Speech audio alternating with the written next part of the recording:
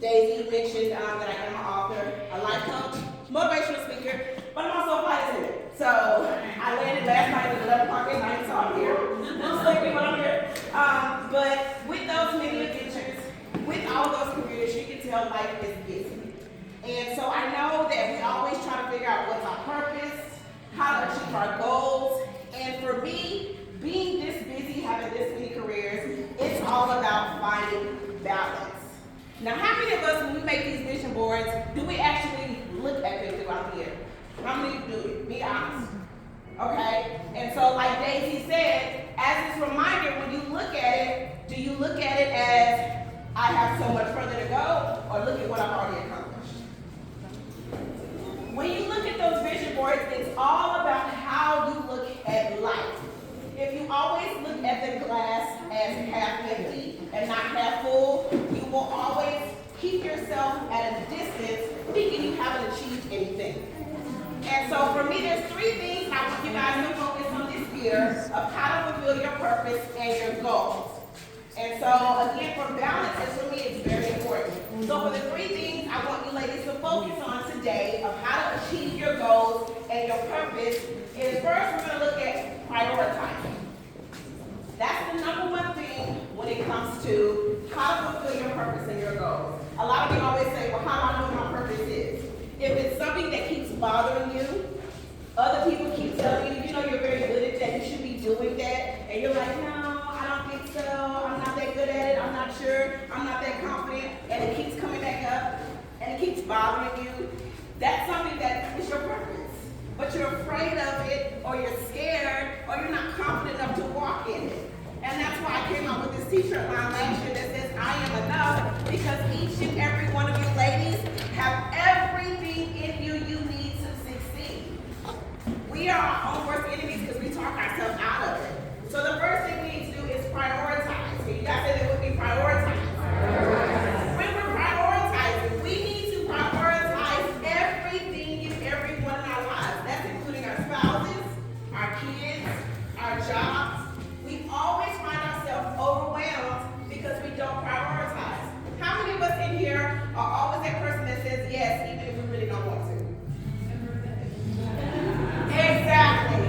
And so this year, I want you to work us on waiting before you say that yes. Truly being honest with yourself and saying, do I have the capacity, which is the next thing we're going to talk about, is your capacity. Do I really have the energy to do that? Am I really able and capable of doing that? Or if I say yes, am I going to overstretch myself? Am I going to extend beyond my limit and now I'm overwhelmed? And that's a lot of times when we don't achieve our goals because we overwhelm ourselves. We take on assignments and tasks that are really not assigned to us, such as helping friends. Because how many of us have friends that are so needy, but we love them, so we put up with it. We listen to their 3-hour phone conversations, even though there's no resolution at the end of the conversation.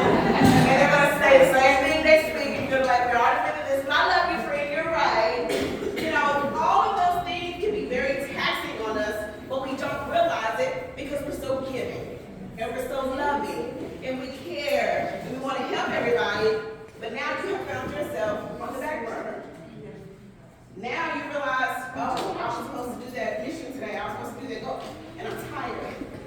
I don't have the energy. I'm not focused. I'm drained. So when you prioritize, I need for you to prioritize self-care for you this year. Whatever that looks like.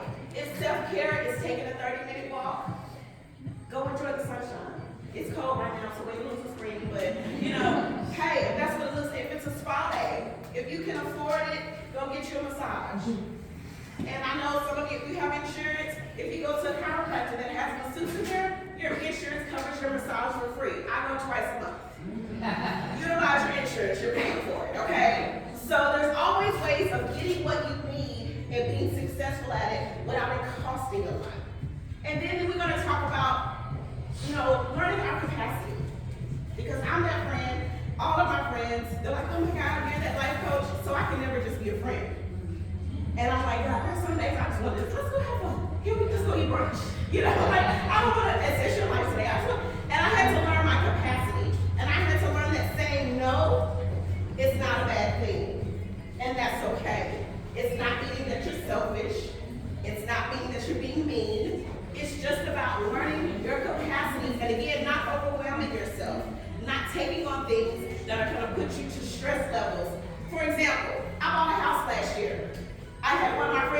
you know what, I'm gonna go do the same thing. So she's like, I'm giving myself in 6 months, I'm gonna go do this. And I was like, well, friend, like, 6 months, are you sure? And so she didn't set herself up for success. She set herself up for stress. Because she did not plan. And she just looked at the end goal of mine, but she didn't realize everything it took me along the way to get there. So please, ladies, this year, don't compare yourself to anybody else. Run your race, do your goals, and if it takes you longer than 3 months, if that's what you put on your vision board, that's fine. Because life happens. And so if it takes you 6 months, as long as you achieve it, just don't stop. Don't give up. And so, I looked at her and she was so stressed at the end and she was so discouraged. And I said, friend, can I be honest with you?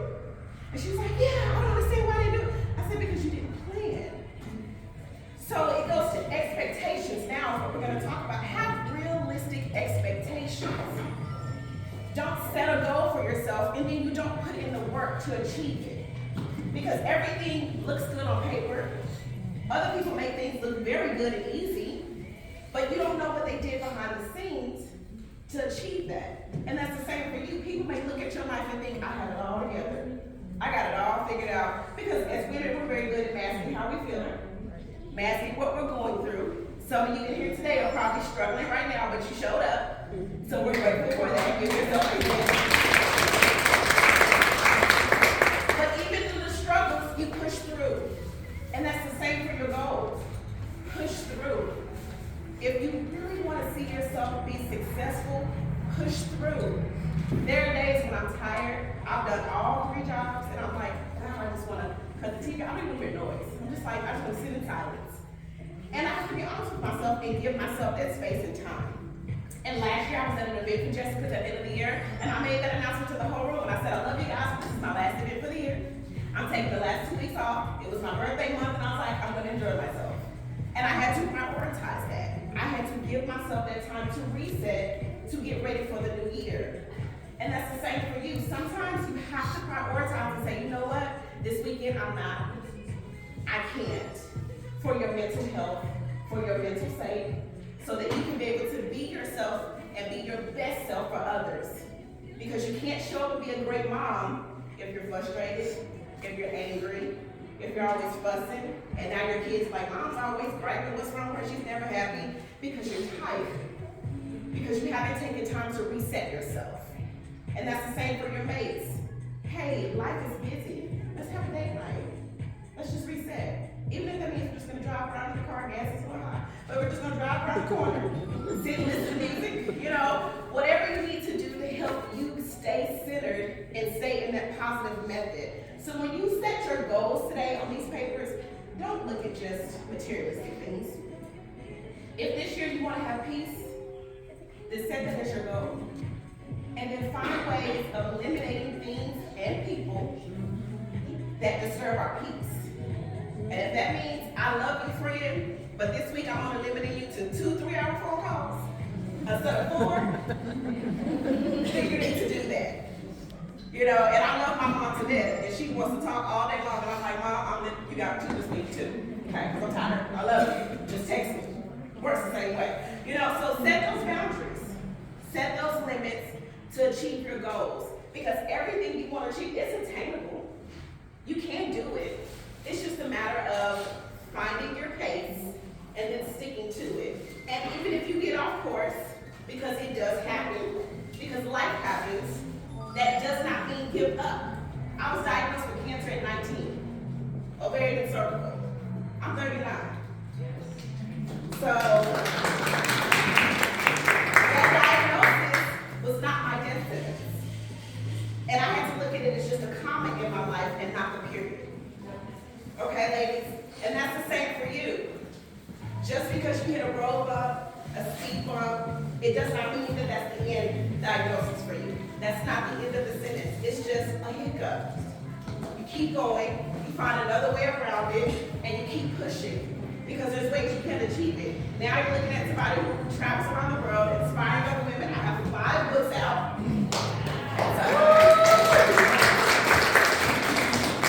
I have 5 books out, and with these 5 books, the first one I put out talks about my pain versus my purpose. And it was literally me having to find out what my purpose was in the midst of pain. That year that I found my purpose was the year that I lost my little brother unexpectedly to diabetes at 20 years old. That same year, I got injured at work, so I was out only receiving 60% of my check. That same year, I found out my husband had a kid on me, and we got separated and divorced. All in the same year, I had to move out with nothing but my clothes and my shoes.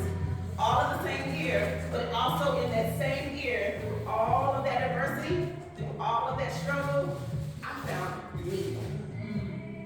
I found my worth. I found who I was and what I was supposed to do. And I realized that that pain was not punishment.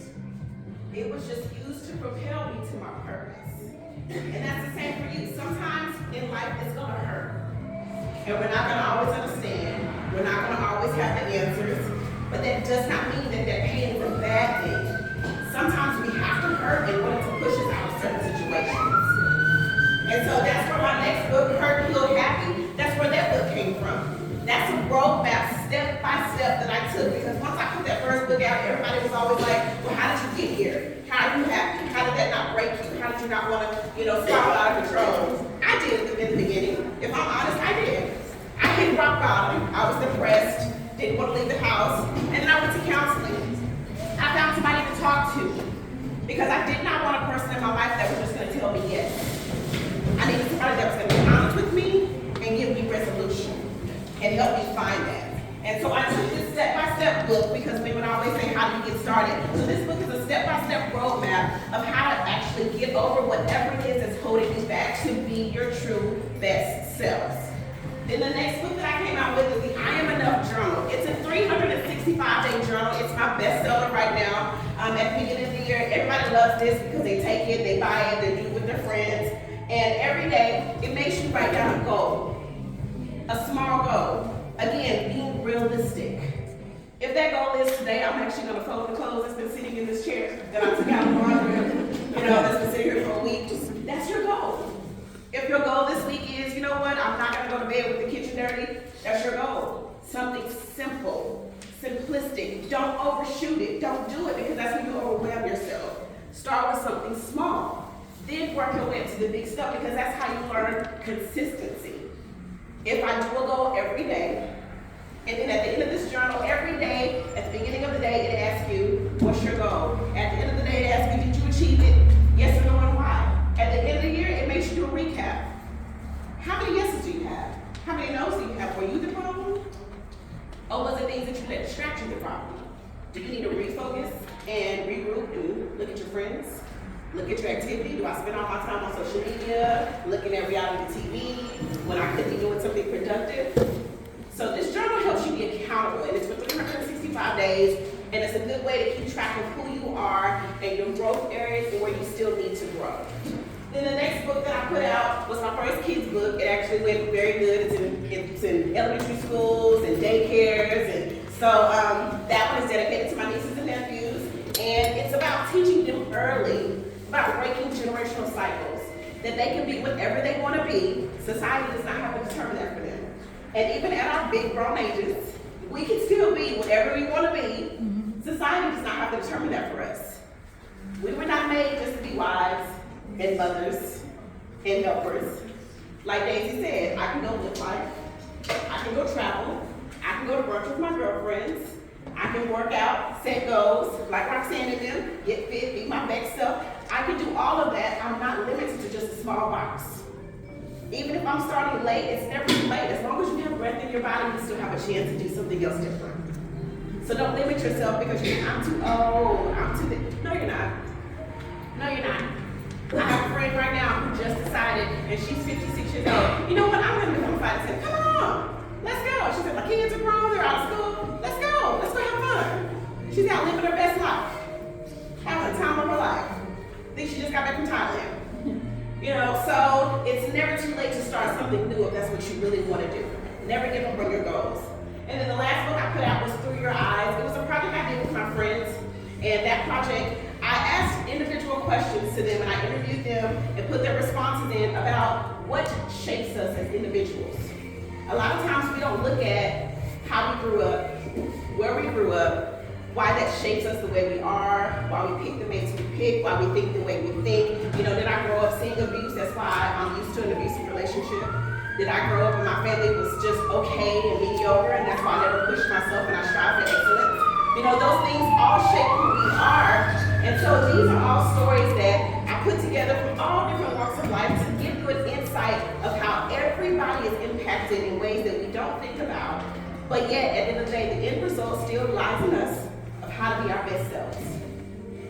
And so I have all of this stuff on sale. So if you guys want it, we have great bundle packs so you can buy individually. But at the end of the day, everything you put on this board, I want you to really seriously take the time to think about what you're putting down and what you want to achieve this year. If you want to achieve being your best self and you're going to say, I'm going to work out today, do a realistic goal.